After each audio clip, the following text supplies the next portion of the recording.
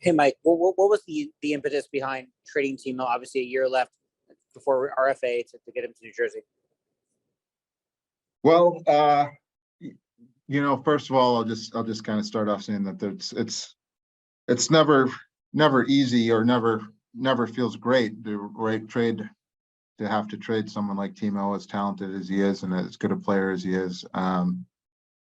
But I think there's some realities at place here with the salary cap and the salary structure of our group. I think you guys can kind of see how great a year he was having, how great a year Eric's having, and where we still are results wise in the standings. So to pay him the money he's looking for and wanted, it just didn't seem quite to make sense and to line up where we are kind of headed as a franchise and where we're at. We don't want to just keep spinning our wheels here. We're going to try and move this thing forward. And it's like I said, it's unfortunate that we had to move on from someone like Timo, and we wish him all the best and thank him for everything he's done for the organization and the city. But this is something that kind of pushes our group forward.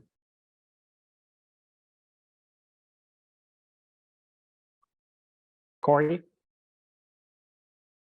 Hey, Mike. Good. How are you? Good. Can you just sort of try to walk us through the process, like what it was like, how long you've been talking to Tom, and how you sort of hammered out this what looks like a pretty complicated deal? Yeah, I mean it's been going on for quite a while, to be honest, and some back and forth, and I just think that's kind of the way things go this time of year. He's been interested in him for a while, and kind of let us know that, and so we've had talks going on for a bit, and I think things kind of started to pick up more and more as guys got taken off the market, and things that way. But we've just kind of been working at it and hammering away at it, and I got to give thanks to Tom. He was, I know it wasn't an easy deal on either side, but he was good to work with, and we just kind of pushed it through. But it was kind of a lot of back and forth especially over the last probably 10 days or so. What is it about Shakir that made him, I'm guessing, along with the picks, sort of the main focus of what you were trying to get back from New Jersey? Yeah, we really like the player. You don't find too many 6'4" who are mobile and who can defend, but also add some offense. I think he's leading his team, and he's the leading defenseman on his team in scoring. So we just think there's tons and tons of upside in this kid. He's just starting to figure out what he is as a player, and I think there's so much more to come, and I don't think you can kind of find that package of what he has. I think he's someone we can envision being in our top four for a long time. So I know there's probably some names out there that people were kind of hoping were going to be in here, but he's he's someone we targeted and we feel really good about. We think he's a great prospect and great player, and helps kind of build out our blue line depth.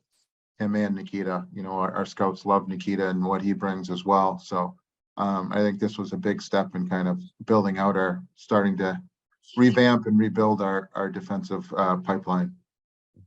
I guess just moving on from Timo, like, where does this sort of leave you guys with your long-term plan or your timeline for where things are going here? Well, I think this speeds up the process. There were some scenarios out there where I could have just gotten all picks back and things like that, and but we think that the players we got back are moving far along enough on the development path that they'll be able to help us soon. And then obviously the picks, along with our own picks, it's something where I think this really helps kind of speed things up a bit. It's not easy. Like I said earlier, it's not easy to to part with someone like Timo, but the assets that we've got in this deal really think, you know, kind of push things forward a little bit for us time-wise. Thanks, Mike. Thank you. Shang. Hey, Mike. How are you? Very good. Mike, are you guys in a rebuild?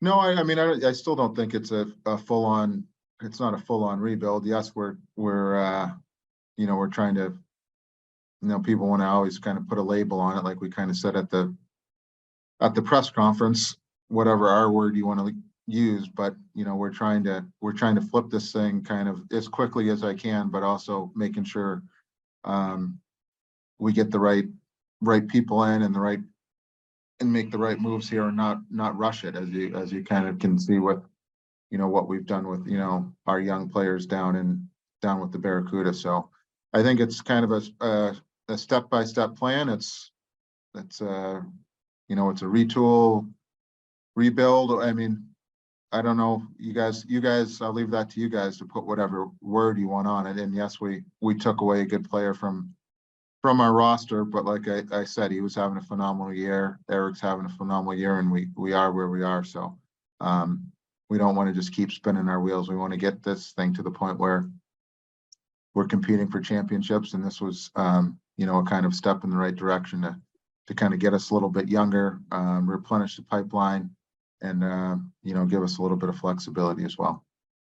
As you are now with the assets acquired for Timo, do you guys have a plan for when to be back in the playoffs? I mean, is it a 2-year plan, 3-year plan, or is it hard to say at this point? Yeah, I mean, it's all hard to say. I don't want to put a number on it, and then, you know, doesn't work out, and then, you know, all that stuff comes back, and you said this, we should be this. But then I just think we're gonna, you know, I believe in our scouting staff, and you know, I got to give them credit for the viewings and the time they spent on these players that we acquired today. But I got a lot of faith in them, our pro guys, our amateur guys, and I think we're gonna flip this thing around quicker than, you know, people probably might expect after making this move. But I feel strongly about the players that we acquired here, and some of our young guys that are on the NHL roster, and the young guys that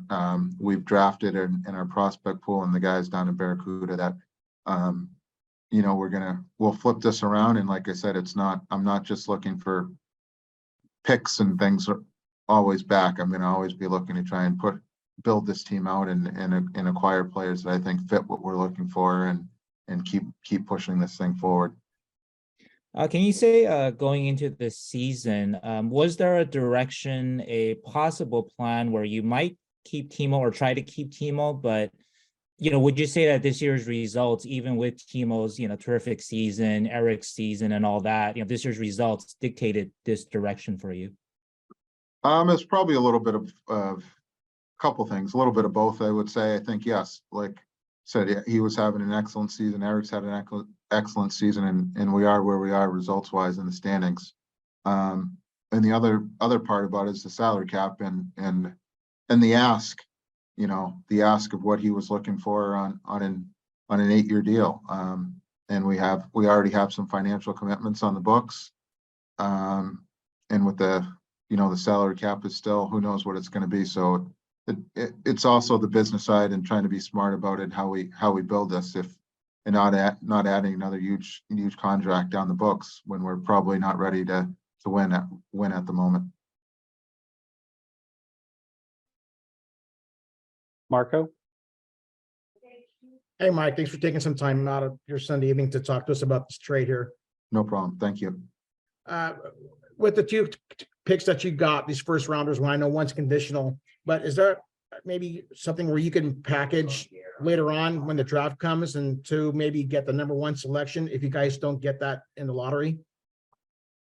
I mean, I would be open to doing something like that, but my kind of feeling on that is that whoever happens to win the lottery, I think they'll be making that pick. But you know, having another first this year, and you know, possibly another first next year, gives us some flexibility to kind of move around and maybe move up if there's a player we later in the draft is a player we see that we like and we want to try and go get.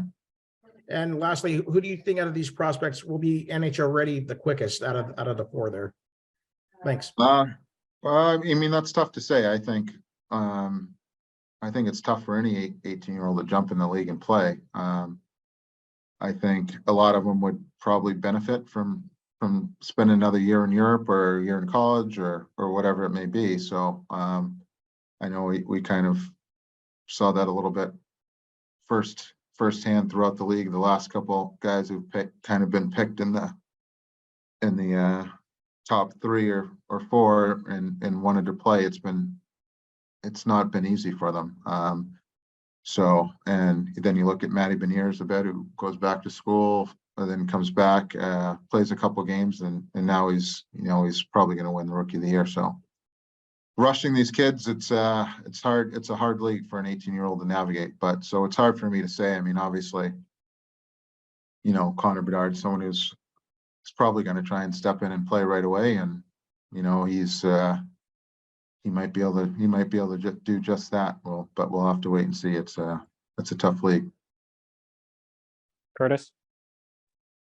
Good evening, Mike. Thank you for doing this. Just wanted to No ask, problem. you mentioned Timo, this kind of that what he was looking for in terms of his next contract. What can you kind of say what he was kind of looking for as far as maybe his dollar and term? I mean, I don't think I want to get into that. I think that's between his camp and mine, and if that's if that's something him and his camp want to put out there, they can put out there. But it was just something that didn't really, it wasn't something we would have been able to do and make work over the 8 years, or didn't make sense for us to do. Can you kind of say where things might stand with Eric right now? Are you still getting some interest from other teams as we get closer to Friday, or is it your expectation that he'll still be a Shark after that's over? I mean, I don't know. I mean, there's teams that still always want to check in on when you got a great player like that who can make a difference and maybe win you the Stanley Cup. I think there's always a little bit of interest, but at the same time, I think it's kind of with 5 days to go for the deadline to make everything work. It might be something that's difficult to pull off, but at the end of the day, if someone wants them bad enough, as they say, where there's a will, there's a way. So I don't know for sure, but at this time, I'm anticipating him being here for the rest of the season. But we'll see. Anything can change at the drop of a hat, right? Sure. I mean, do you anticipate if there is interest from other teams, there might be more of a move that's major in the off season? I think it would be easier to do, where you can kind of get your ducks in a row and all that, and figure out how to make the money work. It's probably easier in the off season, but at the same time, I've like I've been saying from the beginning, I've enjoyed being around Eric, watching Eric. So he'll have a say in this and what he wants to do moving forward. But I'm just looking forward to watching him and have him have a strong end of the season and kind of keep doing what he's been doing out there. Would you say anything is imminent right now? Obviously, you still have a pair of pending unrestricted free agents on the roster right now. Do you anticipate something happening tomorrow or maybe early next week? There's nothing imminent right now, but like you said, I think things happen fast this time of the year. So there's nothing really on the burner at the moment. But like I said, I think teams are kind of prepping themselves up, and it'll pick up pretty quickly here, I would imagine, over the next few days. Obviously, this deal just happened, but do you anticipate bringing someone up from the Barracuda to take Timo's roster spot right now, and or Scott's roster spot for that matter? Right now, I would say no. Zetterlund's will go right into the lineup, and Johansson is going to come up too. I think he's I think he's an NHL player, who's kind of, sometimes your contract gets in the way. And I think that's kind of a little bit of what happened with him in Jersey. The contract was tough for them, and some of the young players, they needed to get ice time. And once their young players got the ice time, they kind of took advantage of it. But I think Andreas is an NHL player, and we're going to bring him in here and give him a look. Do you anticipate that those guys will be at practice tomorrow, or is that maybe for Tuesday potentially? Probably for Tuesday, with everything today with I'm sure as you guys seen, it was kind of a complicated deal then, and them being on the East Coast, it would be hard for them to get here for practice. So we're just, we'll get them here at some point tomorrow, I would imagine. And hopefully, I think they'll be ready for, everything goes smoothly. They'll be ready for morning skate, and it'll be up to Quinny then to see if he's wants to throw him right in the lineup or not. How do you feel right now just about you're pulling this deal off and trading Brands earlier, last summer, and just everything that you've done so far to try to get things going in the right direction for your team? Do you just kind of feel that, it's kind of shaping up the way you want it to? Yeah, I mean, I'm excited about what we've been able to do as a staff here. And to kind of reiterate, trading Bernsey and Timo they're two great players. And when you subtract players like that from your roster, it's always difficult. But I think both moves have kind of given us some, will give us some financial flexibility. But also, I'm really excited about the picks we've been able to acquire and the prospects we got. I think I think we've really started to replenish the prospect pool with last year's draft, and then the trades we've made and the prospects we bought in. I think it's pushed us in the right direction, probably a little bit faster than or got us on the right path a little bit quicker to kind of help us flip this thing around. Okay, thank you. Yeah, thanks. We have time for a few more questions. So we'll go to Shang, and then we'll wrap with Corey. Mike, you alluded to some of the other assets that maybe fans might have names that are out there that fans might be interested in. I guess generally in terms of the structure of a trade, was there a possibility of a kind of a smaller trade, just smaller number of assets moving both ways, or was this always going to be sort of a quantity trade maybe in some ways, because other teams that you're talking to, they might not want to part with certain assets, or they need said players for playoff runs? Right. I think it's a little bit of both. And I didn't go into this thinking that this needs to be a big trade like this kind of turned out to be. We went through all the teams and did all our homework, and then the teams that reached out to us, we kind of told them, this would be what it would take to get it done. And then we kind of went from there. And like you said, some teams, they couldn't part with certain assets we were interested in, and then they kind of fell away, and the deal just kind of came about that way. But I had an open mind about how it would go, whether it was a smaller number of players or a little bit larger like this turned out to be. And there's also talk that teams might want Timo to sign an extension before making such a trade. What can you say about what happened there? Did a lack of a contract extension with Timo and kind of possibly affect your return for him? I don't know. I mean, that's hard to say. I don't think it affected the return too much. I think at the end of the day, I think teams would have, even if without the extension, they have the ability to have Timo for the rest of this year and next year, then figure it out. So I would say maybe affected a little bit, but not too much. All right. Thank you, Mike. Thanks for doing this. Thanks. Yeah, thank you. Go ahead, Corey. Mike, I know that with his former organization, Shakir's development and where he was going to play and all that maybe wasn't, I don't want to say it was an issue, but whatever. Is he, have you talked to his people at all? Are you like confident that he's definitely coming over next year and all that? Yeah, he's I know they had some questions there, but he's actually signed to an NHL contract, so he's on a loan move over there. So when his season's done in the KHL, we'll bring him over here and get a look at him up close. So there's no concerns about that at all. And you might just last thing you mentioned, Fabian. It does seem like he's sort of found a role with the Devils this year and sort of made himself into a full-time NHL player. Just what did you guys like about him?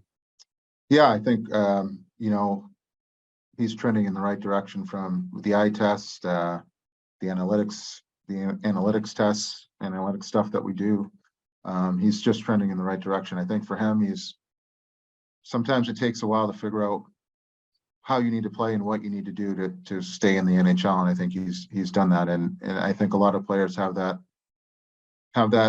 issue when they come up as young players. Most of these guys are drafted for a reason, and that reason is that they're offensive players. So I think what Fabian's learned is, you got to play in the hard areas. And I think he does that. And I think he's improved his game defensively, and he's just become more of a 200-foot player where he's, it's not all about offense for him. I think he's willing to do the little things now. And like I said, he plays on the inside, which was really important to us. And at the same time, he's somebody who can play on the power play and make plays offensively and can really shoot the puck. So we just feel like he's trending in the right direction.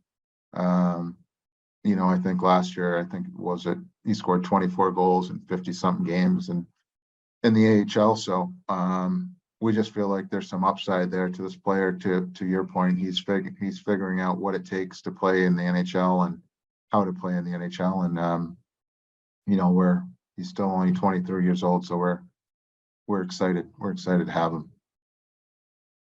Last question, Shang. Yeah, thank you so much. Mike, one thing I wanted to ask is, Timo being an RFA, you didn't necessarily have to do this deal now, just in terms of at least his rights. At least there's the possibly the draft, next trade deadline.